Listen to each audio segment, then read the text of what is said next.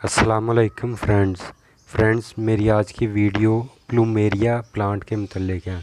Friends, इसको उर्दू में गुले चैन भी कहते हैं या गुले चीन भी कहते हैं।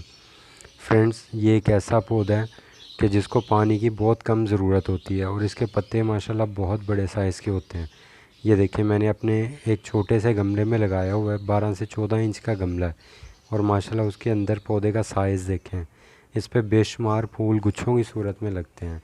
इसमें पिंक कलर भी होता है, इसमें ये जो आप येलो कलर देख रहे हैं ये भी होता है और इसमें और भी 2-3 कलर होते हैं, लेकिन ज़्यादातर आम रूटीन में ये येलो कलर वाला ही अक्सर देखने में आता है।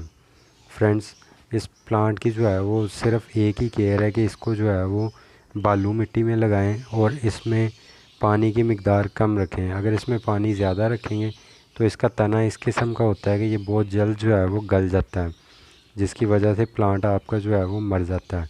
अगर आप इसको पानी कम भी देंगे तो इसका तना अपने अंदर पानी स्टोर करके रखता है, जिसकी वजह से इसको इस पानी की ज़्यादा मिकदार की ज़रूरत नहीं होती।